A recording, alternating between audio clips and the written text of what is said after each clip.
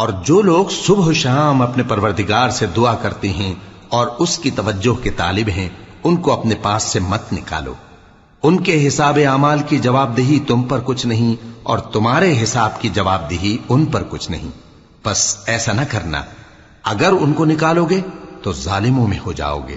اور اسی طرح ہم نے بعض لوگوں کی بعض سے آزمائش کی ہے کہ جو دولت مند ہیں وہ غریبوں کی نسبت کہتے ہیں کیا یہی لوگ ہیں جن پر اللہ نے ہم میں سے فضل کیا ہے؟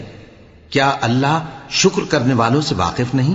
اور جب تمہارے پاس ایسے لوگ آیا کریں جو ہماری آیتوں پر ایمان لاتے ہیں تو ان سے کہو سلام علیکم، تمہارے رب نے اپنی ذات پاک پر رحمت کو لازم کر لیا ہے کہ جو کوئی تم میں سے نادانی سے کوئی بری حرکت کر بیٹھے پھر اس کے بعد توبہ کر لے اور نیکوکار ہو جائے تو وہ بخشنے والا ہے، مہربان ہے۔